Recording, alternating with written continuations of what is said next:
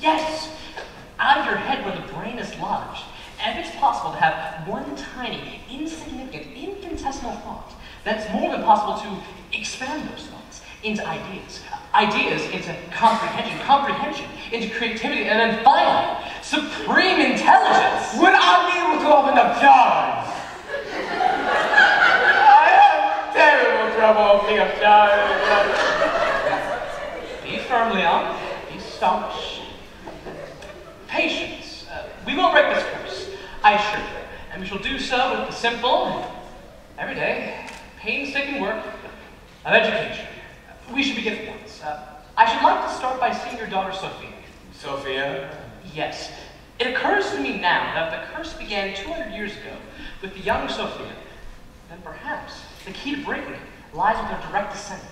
Can I see Sophia? Not from here. She's in her room. We'd have to send for her. Oh, do as the schoolmaster asked. She may be taking her singing lessons now. She takes singing lessons. From whom? A canary. He does the best he can. No birds mind you, just the tunes. I see. That's very impressive.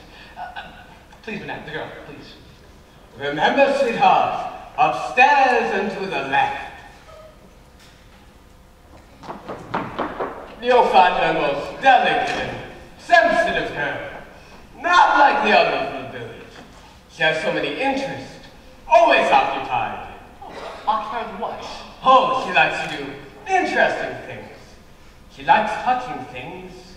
Wood, paper, metal. She likes drinking water. You see, what do you mean? Master Tolchinsky, may I present to you our daughter, Sophia Elena Subritsky.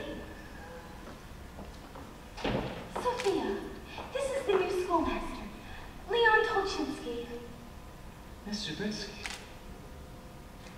Is that my breath that's just been taken away? Is that vision before me human? Have I too been cast into the spell? Never have I felt such a stirring beneath my breast. Ooh, watch yourself, Leon. She is your pupil and not the object of your adored feelings of passion. Excuse me? Sophia, do you know what he was just doing? He was thinking. Isn't that wonderful? Yes, Mama. Papa! She is Mama, I am Papa. Won't you please sit down, Miss Subritsky?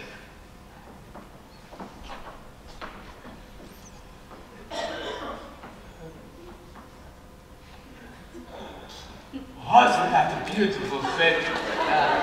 Yes, very lovely. Miss Subritsky, may I call you Sophia? Sophia? It's your name, sweetheart. Say yes, darling. Say yes, you may call me Sophia. Please, madame, we must allow the girl to speak for herself. I should very much like to be your friend. Would it please you if I called you Sophia? It's been so long since you've taken the test. I think she wants to say something. I would be very pleased if you were to call me Sophia. There you are! I'm so proud. Please, it's very distracting to the girl's concentration. I've come a very long way to help you with your education. I have every reason to believe that under normal circumstances, you are an extremely bright and intelligent young woman. That deep inside is an intellect just crying to be heard. That you have enormous powers of reason. But someone has put a cloud over those powers. And it's my intention to remove this cloud so that enlightenment can once more shine through those crystal clear brown eyes. But I need your help, Sophia. Can you give me that help? Yes, you may call me Sophia. She did it again! That's 2 in a row! Figure, Leon, nothing in life comes easy. I should like to begin by asking a few very simple questions. If we are to begin your education, it's important for me to know at what point to begin. It won't be taxing, I promise. I've never wanted to be the cause of a furrow or a frown on that fair face. Now, what is your favorite color? My favorite color?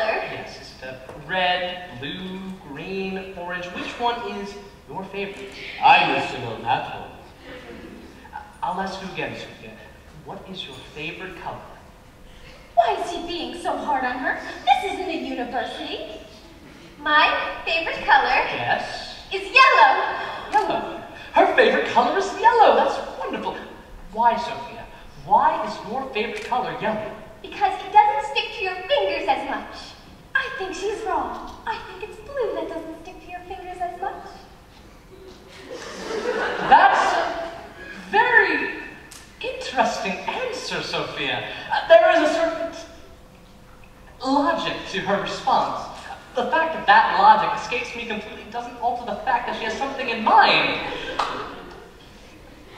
Sophia, I'm going to ask you to do something quite simple now. I'm going to ask you to make a wish. Do you know what a wish is? Yes. A wish is something you hope for that doesn't come true. Oh. Well, perhaps we can change that. If you can make a wish, and it did come true, what would you wish for? What would I wish for? Yes, Sophia, what would you wish for? I would wish that I could fly like a bird, to soar over buildings and trees, to float on the wind and be carried far away, over mountains and lakes, over forests and rivers, to meet people in other villages, and to know what the world was like, and to know all the things that I may never know, because I must always remain here, in this place. Sophia, that is the most beautiful wish I've ever heard. And don't you see what a wish means? To fly like a bird means to sever the bonds that chain her to ignorance. She wants the soar to grow. She wants knowledge. And with every fiber of my being, from the very depths of my soul, I will gather all of my strength and patience and dedication. And I make this promise that I, Leon Stepanovich Tolchinsky, will make Sophia Zabritsky's wish come true. If you could do that, schoolmaster, I would be in your debt forever. She touches me so. Your daughter has such a sweet soul and a pure heart. Now then, we must begin at once, as soon as possible. I will be back in the morning at 8 o'clock sharp. What subject shall we begin our studies with first? I should like to begin with languages. Languages? Of course, even I should have thought of that. Languages it shall be, my dear, sweet Sophia. Yes, and which language would you like to begin with? Rabbit, I think. Rabbit? A very hard language, Rabbit. Hardly anyone speaks it anymore. As long as she can get a few phrases, that's enough to begin with. Am I through for today? Yes, you are. Then I shall go to my room. Why don't she get up? Oh, she didn't see. Sophia, do it again. No, that's not necessary. She's already well past getting up from chairs. They're so much smarter than in our day. Until tomorrow, schoolmaster. All my life, I've never looked forward to a morning as much as tomorrow's. I think you are the most beautiful schoolmaster I've ever seen, Master Tolchinsky. And I pray that you don't despair at Plenshkov, and that you will stay with us forever.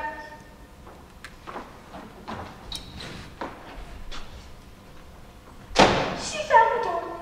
She found the door! I've never seen Sophia so radiant before. Penya, are you thinking what I'm thinking? I'm not even thinking what I'm thinking. What are you talking about? I think our daughter has taken a liking to the new schoolmaster. Well, if it's true, Dr. Zabritsky, then standing before you is the happiest man on the happiest planet in all the universe. Tell me, is she spoken for? Spoken for? Does she have any suitors? Anybody desperately in love with her? We don't talk such things. Why not? There's no one known at all, not even him. Him? He doesn't mean him. He means someone else who isn't him. There is someone, isn't there? Please tell me. I must know. It's of greatest concern to me. If I told you who him was, you must promise never to say that I was with you with him.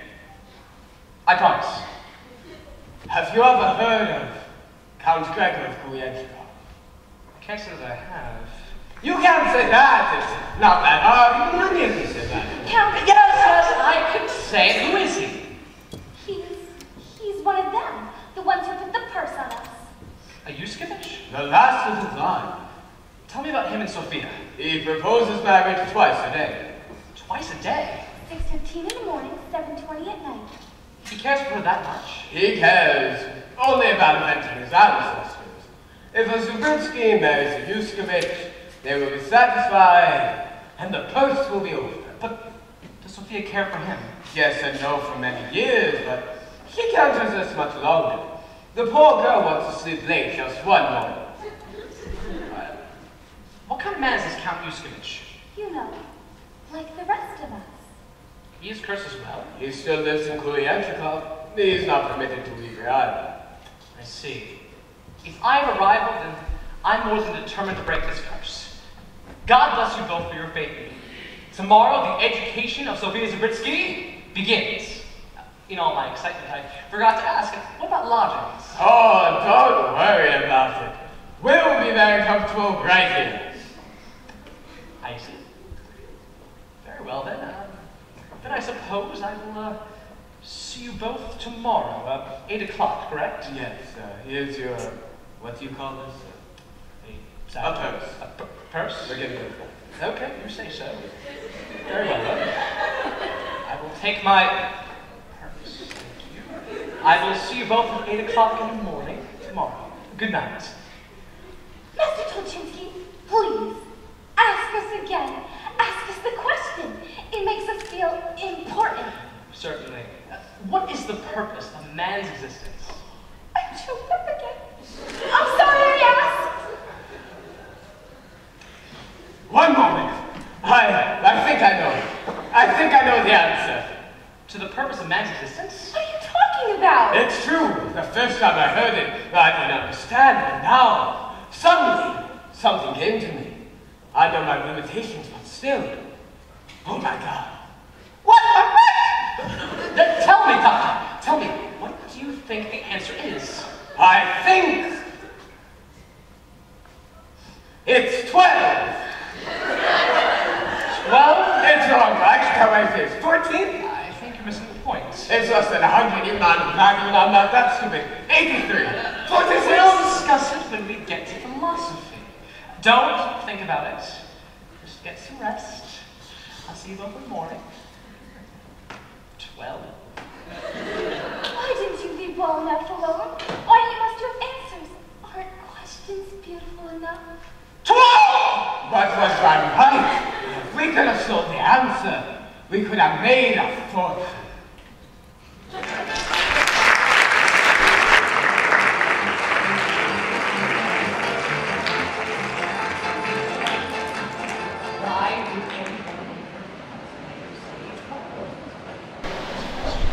Would you say 12? No, exactly, no, that's what makes sense. That's it, I've had enough of this town. You know what? I was gonna stay, break the curse, be the hero, but when he said 12, I knew it was time to go. What I must do now is forget about Sophia. So, farewell! Schoolmaster! Sophia? Sophia, where are you? Down here! I had to see you once more. Without a wrap? In the cold night air, you'll catch a chill. Oh, I never catch colds. You don't? I've tried to, I just never learned how to. Be grateful. There are some things in life not worth knowing. I know that something happened a long time ago that prevents me from knowing what happened a long time ago. If only you knew me the way I might have been, rather than the way that I am. But if you're not the way you are now, I would have never come to help you become the person you might have been. Careful, you're beginning to think like her. Could you ever care for someone who never became the way I might have been? Could I ever care for someone who never became? I see what you're saying. I see what you're getting at. Yes, I would, I should, I could, I will, I have, I do. Is that rabbit you're speaking? It's very hard to follow. Well, if it sounds like gibberish, it's because you do that to me, Sophia. When words come from the heart, they sometimes trip over the tongue. Then I must watch where I walk when you speak. I must go. Everything depends upon tomorrow.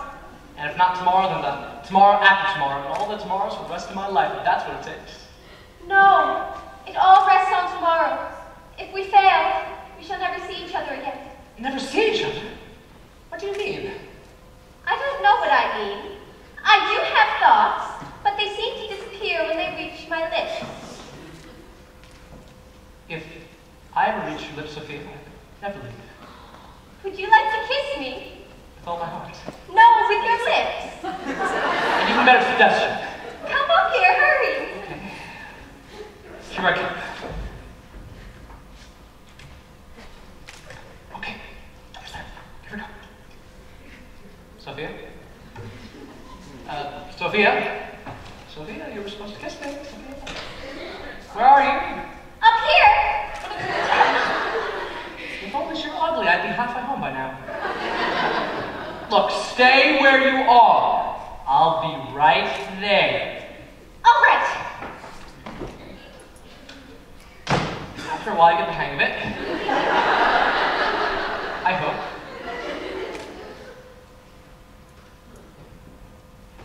Here I am. There you are. I kiss you, Sophia. When we kissed, I felt a strange flutter in my heart. As did I. You felt a flutter in my heart as well? How alike we are! And yet, your hair is so much shorter. I must go. I'm about to fall asleep and I would like to get to bed in time. Good night. Good night.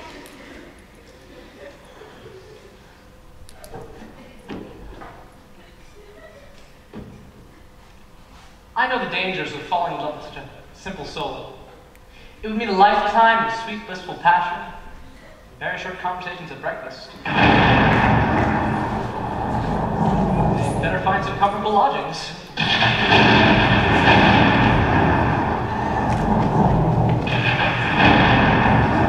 Was that you? I beg your pardon. Was that you who made that dreadful noise? No, Snetsky. That's thunder and lightning. It's caused by extreme atmospheric pressures in the skies above us. Well, whoever did it is going to get Count Yuskevich very angry at us. Count Yuskevich? Yes, he's the one that lives on the top of the hill. Whenever he hears someone make that noise, he throws water down.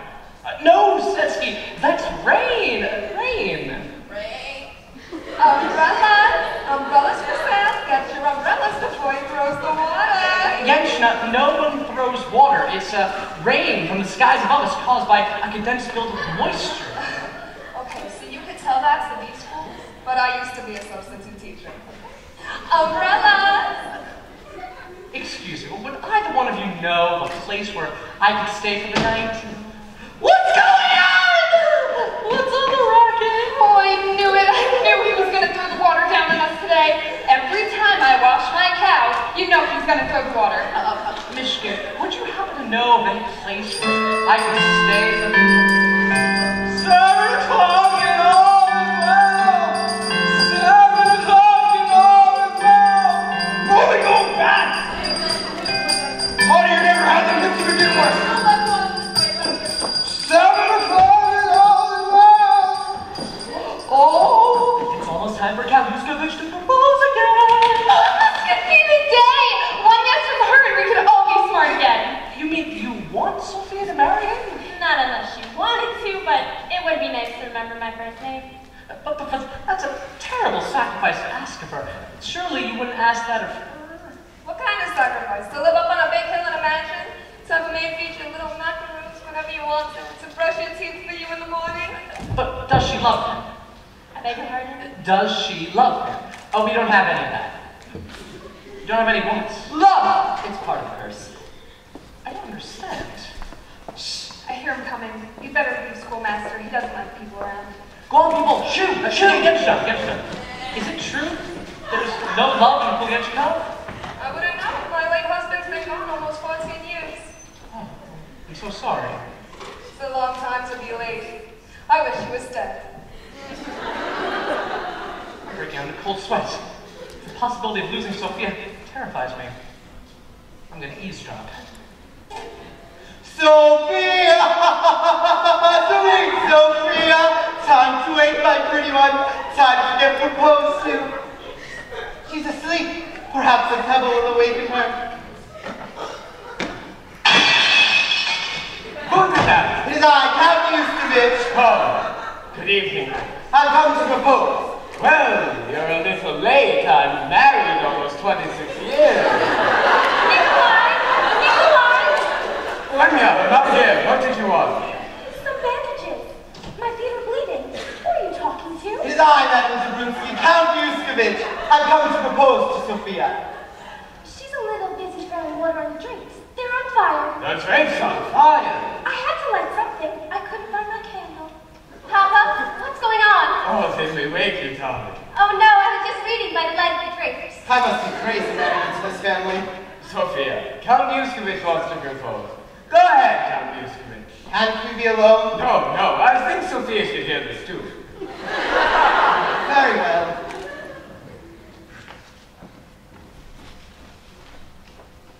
Will you marry me, Sophia? Oh my gosh, it's so romantic. I just wish my feet weren't bleeding. I'm so sorry, Count Yuskevich, but marriage is a very great step to take, and I don't wish to take it while I don't have the intelligence to know what I'm stepping into. Good night, sir. Good night, Mama. Good night, Papa. Good night, son. Remember, darling, when you're through reading, suppose you brought all the drinks. I don't give up easily. I'll be back in the morning. Oh, good night, Grace. Good night, Grace. What are you doing? You'll mess up the hat. Having them for in-laws is a curse worse than a curse. Pray God that never happens. Who's that? Jack, come out, I say. Forgive me, kind sir. I was just passing through. May I introduce myself? I am... I know who you are. You're the new schoolmaster who's come here in a pathetic attempt to break the curse of Kalenchikov.